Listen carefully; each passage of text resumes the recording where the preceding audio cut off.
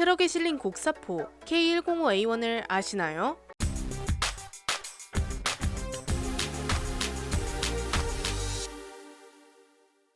안녕하세요, 지식스토리입니다. 저는 많은 영상에서 포병의 중요성을 말해왔습니다. 공격과 방어의 핵심인 포병은 우리나라에서 특히 좋아합니다. 포방부라고 불리는 국방부는 대포의 화력에 푹 빠졌죠. 그렇게 K9 자주포라는 명품 자주포를 개발하게 됩니다. 이렇게 좋은 자주포를 많이 도입하게 되자 기존의 견인포들은 수요가 떨어지기 시작합니다. 자주포가 기존의 견인포 역할을 대부분 대체할 수 있었기 때문이죠. 우리나라의 KH-178 105mm 견인포와 같은 경우는 자주포에 비해 화력도 약하며 설치 시간도 상당히 걸리고 적의 대응 포격에 매우 취약했기 때문에 군에서 원하는 무기가 아니었습니다. 과거에는 견인포도 화력에서 뒤처지지 않았기 때문에 전에 도입한 견인포들이 남아도는 상황이었습니다. KH-178 한 문에 2억 원밖에 안 되기 때문에 엄청 많이 구비해둔 것입니다. 이런 수많은 견인포들이 현대전에서 제대로 활용될 수 없어 폐기해야 하는 상황에 닥치게 된 것이죠. 그런데 삼성 테크윈이 방사청에 좋은 제안을 합니다. 폐기해야 하는 105mm 곡사포에 바퀴를 달아서 자주포로 만들어버리자는 것이었습니다. 정확히는 바퀴를 다는 것이 아니라 트럭에 얹는 것이었죠. 기존 105mm 견인포들 중에서 상태가 나쁜 것은 폐기됐지만 상태가 괜찮은 것들끼리 모아 K711 5톤 트럭에 탑재하자는 것입니다. 하지만 이런 방법으로 견인포를 탑재하여 사용하면 땅이 아니라 차 위에서 발사되는 것이기 때문에 정확도가 떨어질 수 있는 문제 등이 있었습니다. 그냥 차 위에 용접하고 붙인다고 해결되는 문제가 아니었죠. 그래서 견인포를 제대로 개조할 프로젝트를 계획합니다. 신개념 기술시범 사업에 삼성 테크윈의 제안서가 채택되어 2010년부터 K711에 탑재된 견인포 무기가 개발됩니다. 2011년 이렇게 탄생된 무기가 바로 K105HT 차륜형 자주포, 이후 K105A1 차륜형 자주포로 정식 명칭이 변경됩니다.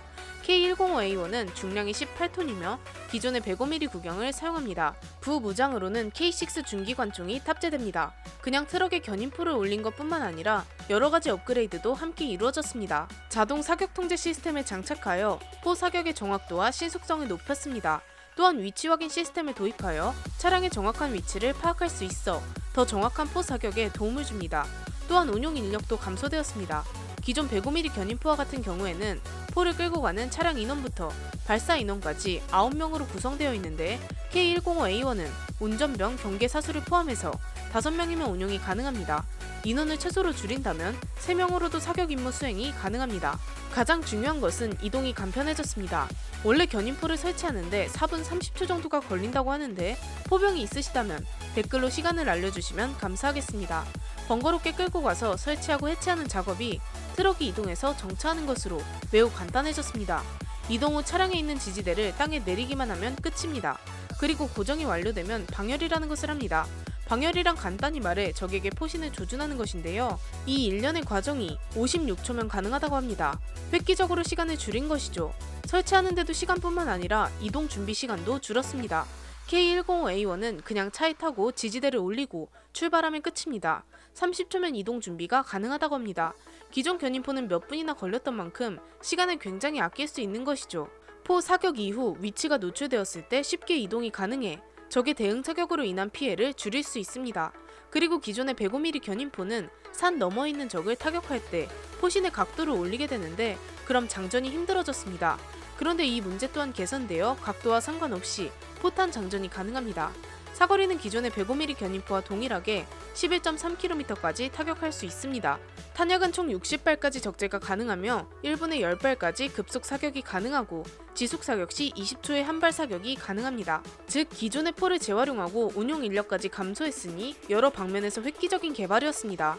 비용은 절감하고 포병의 질은 향상된 것이죠. K105A1과 같은 혼종 무기는 우리만 만든 것은 아닙니다. 네덜란드도 모바트라고 불리는 차량용 자주포와 세르비아의 D30 소라 자주포도 이런 모습을 하고 있습니다. 과거의 포들을 재활용하기 위한 각국의 노력이 담겨 있는 것이죠.